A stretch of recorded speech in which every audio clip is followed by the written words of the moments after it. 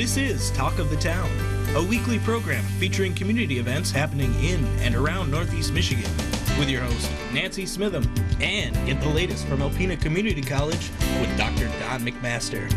And now, today's Talk of the Town.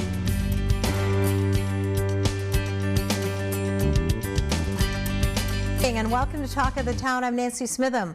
My first two guests today are both from Besser Museum right here in Alpena. I have Christine Wotolski and Brian Shorn.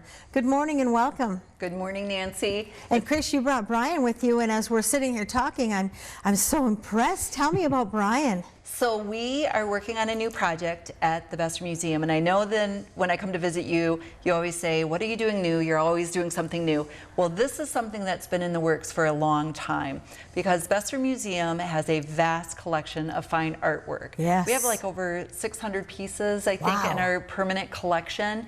And we've been working for years trying to figure out how to get more of it out so the public can appreciate it.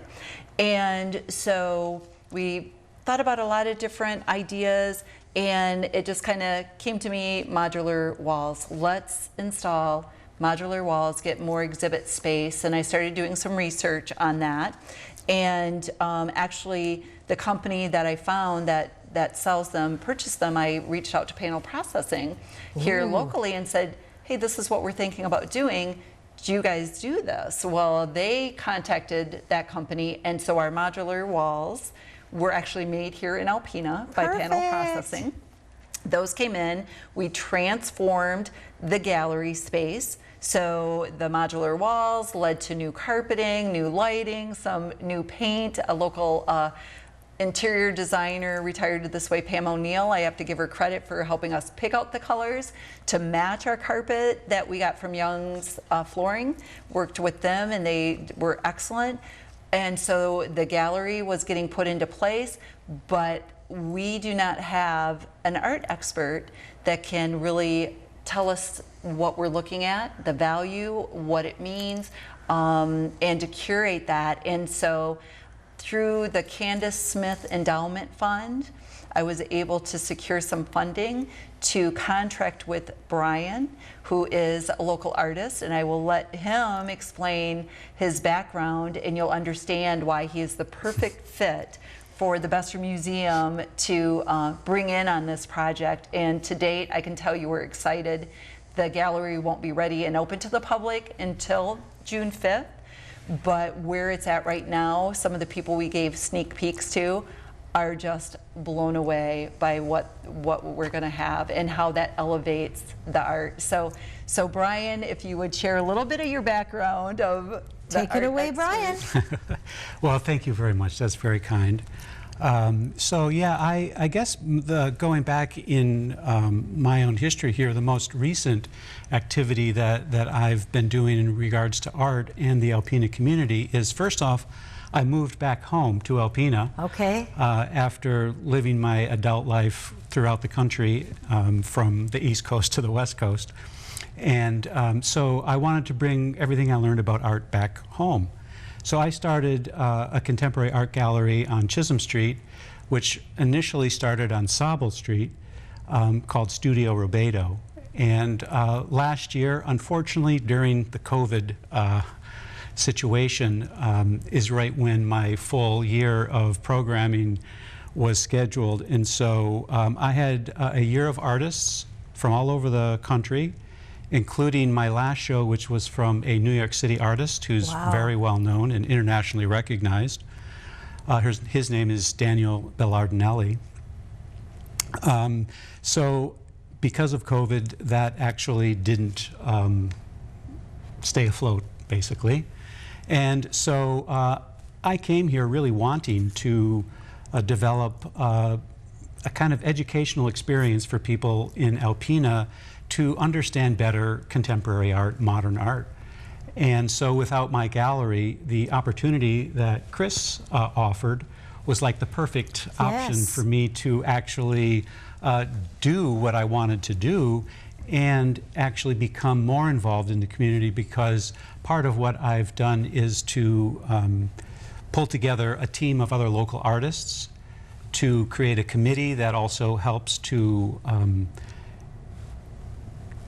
inform the decisions that I'm making, and we work together, and this actually has been really fabulous. So by having the Besser Museum, by having these local artists in the committee, my experience from Studio Robedo, it's all pulled together to create this really kind of, as one of the early gallery goers said, it looks like a New York City gallery. Awesome. I So can't wait that to was a see it. compliment.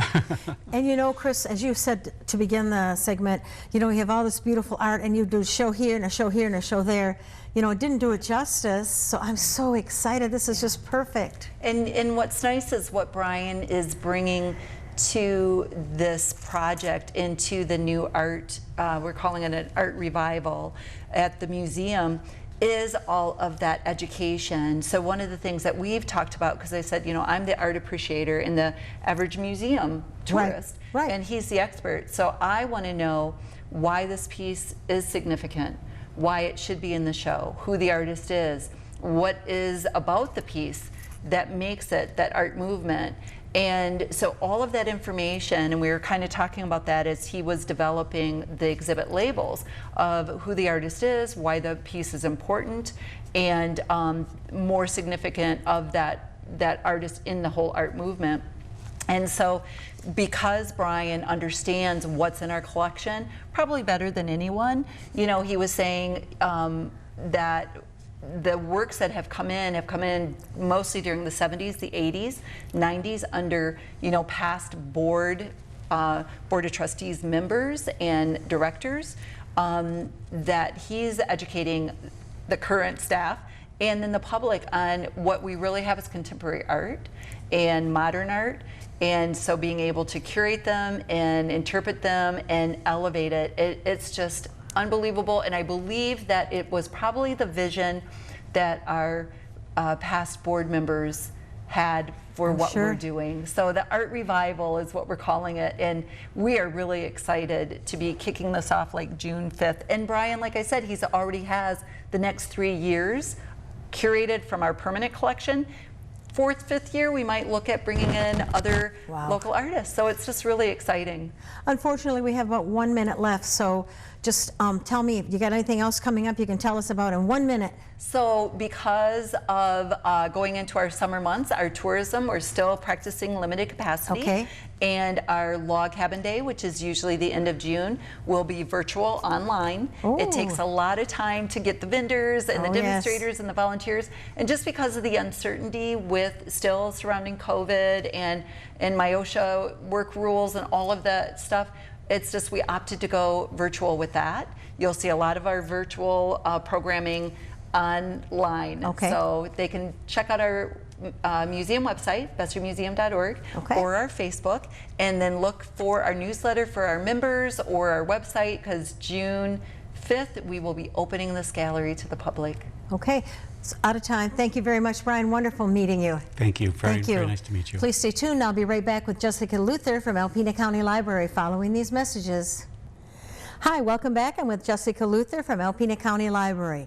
So Jessica, when I drive by, it looks like lots of progress happening on the building. Yes, they've been hard at work. We've got all the drywall's up, and there's some paint going on the walls, so it's pretty exciting. But yeah, Meridian and all of the subcontractors, they're doing an amazing job. We're very excited. We had landscapers out to take a look at the outside area. Under the bridge, we're looking at doing a green space under there, so it'll be really, really nice. It's definitely going to be an entirely different building. We're hoping to have construction done by the beginning of August. Okay. With us probably taking the whole month to move back in and get everything settled. Getting used to the new space and everything is going to be interesting. Well, I get goosebumps. I'm so excited. It's been a long, I mean, first of all, the millage, the faith all the voters had in the library, and then getting the contractors, the subs, and then the little issues that developed along the way. Oh, yes. So I'm really excited, and, you know, kudos to you and your staff for hanging in there and keeping library services alive and well. Yeah, we're very excited. We'll be excited to resume normal things. But you know, summer reading is just around the corner. Yes, it is. June 1st, we have pre-registration starting, and then the program itself starts June 7th. We are doing things for all ages again. Okay. So there'll be, for the little kids, the middle grades, the tweens and the teens, and adults, and then we have a few family activities as well. We're trying to stay away from a lot of virtual events. We feel like everyone's brain is melted at this point. Yes, very true. So we're going to have a lot of take and make crafts. We're trying to figure out safe ways to do things for the kids. We will have the book giveaways like we do every year. We're going to have online tracking available, but people who don't want to use the online tracking, we'll have paper logs for them as for them to use. We're trying to make this as easy, friendly, and as close to normal as we can. So we're excited. The theme is Reading Colors Your World this year. Perfect. So there was a lot of opportunities to do different things. And then also, speaking of getting out and about, our Special Collections Department just released a new self-guided tour of Alpena's historic houses of worship. So it's using the Izzy Travel app, which we had for the Evergreen Walking Tour and the architecture tours downtown. So you can use that, and it's just amazing to me the how impactful the congregations and the different cultures were on the history of Alpena. And plus the historic buildings, Temple Bethel. My church is turning 150 this year. Holy moly, it's so crazy. But yeah, Don Labar and Nancy Musso put it together, and it's awesome. It's about 40 minutes or so, and you could do it in a car, do it on your bike, because it does go all over the place. So yeah, they've been super hard at work. We launched a seed library a few weeks ago, so we joined the One Seed, One State program. So anyone can give us a call and say they'd like to pick up the seed kit. It's for provider bush bean seeds, so they're kind of heritage, they're heritage style seeds. So yeah, and it comes with the program, of informational brochure, and a gardening tip booklet. Wow.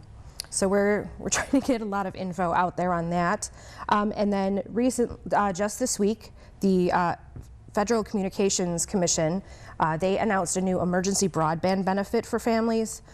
So the library is just trying to get that information out there. So it's a temporary benefit that lowers the cost of broadband service for eligible households during the COVID pandemic. So you can get up to $50 a month if you're an eligible household. You can also get a discount towards laptops, Wi-Fi hotspots, things like that. So you can visit our website and learn more about that. It's alpenalibrary.org. So that has all the information, where you have to go in order to access that info and see if you qualify. I mean, it's a great program, especially, I know about 40+% of, our county doesn't have access to broadband. And as yes, the school year is wrapping up, but there's still a lot of kids who are struggling and still need access to that internet connection. So that's, I mean, it's a nightmare to begin with. It is. It's just been a rough year, and we're trying at the library to provide as many resources as possible for our local community. And we're trying as hard as we can with being closed. So, and we appreciate how patient everyone's been. But yeah, we're still in our temporary location. We're still doing curbside only services. So our doors are locked, so people cannot come in and browse, unfortunately. But each week we do post the new books that have been added to our different social media pages. When you access our online catalog, it flips through all the new books that have been added. And then we also have our wonderful staff who you can call and tell them, I'm looking for a book on, raising goats in, Lebanon. Can you tell me how to do that? And they will find all the books you need. And we've reverted back to our pre-pandemic borrowing limits. So we aren't restricting the amount of things that people can check out any longer.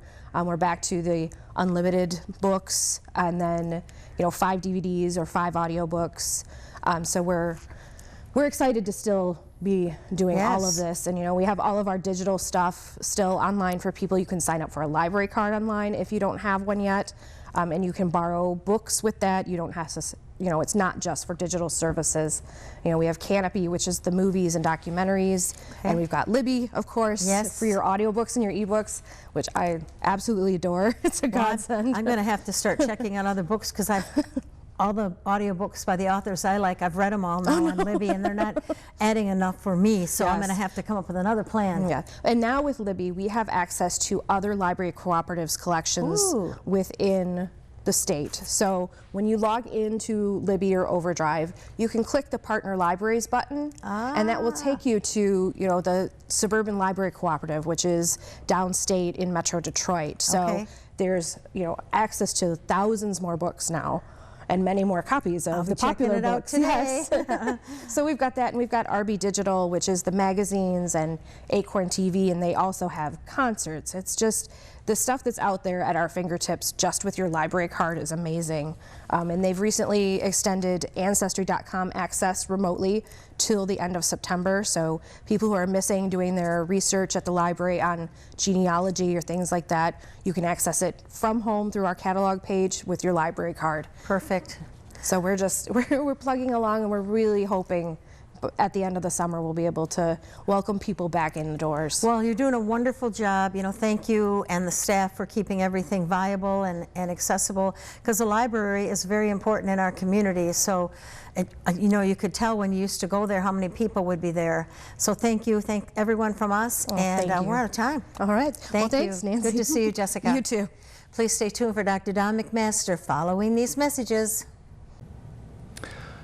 Greetings, everyone, and welcome to Talk of the Town. I'm Dr. Don McMaster, president of Alpena Community College. I'm going to go solo today, bring you up to date on some of the activities that are going on at ACC. So we have just come through our commencement period, very busy, fun, memorable activity for us annually, and unique this year due to the pandemic, but here are some of the things that have happened. We had a nurses pinning, LPN and RN graduates. It was very moving.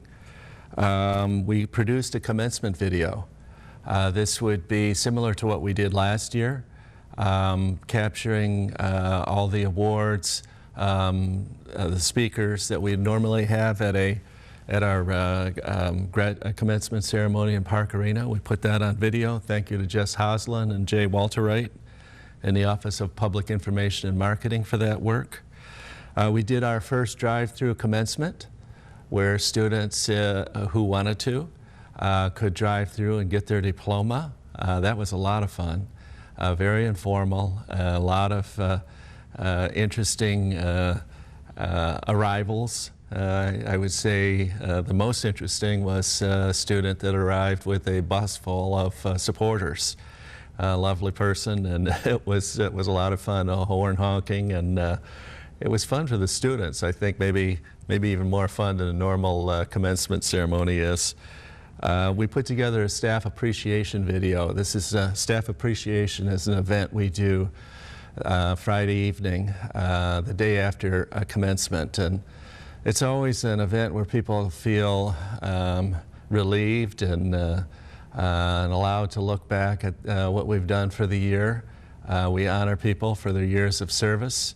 We couldn't do that this year due to COVID, so we put together a video, and it was very powerful. Where folks who don't often have a opportunity to speak about what they enjoy about their work or what they enjoy about ACC. We're able to put that in writing, and there were some very thoughtful comments there. It was a good thing. We had an event Friday afternoon sponsored by the ACC Foundation, honoring our frontrunner and Besser Award winners. That was fun, intimate, and interesting. We had our Alpena Early College graduation. Early College, for many of you folks know, is a partnership between Alpena Public Schools and ACC. Involves a 13th year where students are both at APS and at ACC. It involves now probably 200 students total in a 3-year cycle. Considering we have about 1,500 students, it's a very significant piece of what we do at ACC. Wonderful work by Lee Fitzpatrick in that program, monitoring students as they enter college in their 11th grade year at APS. And we thank Lee and the folks at APS for their support. It's a great deal for really every stakeholder in this process, and we take it very seriously. And then on Sunday, we had our Alpena Firefighter Academy graduation. Also a very moving thing, where people who have gone through about 8 months of training to become certified firefighters.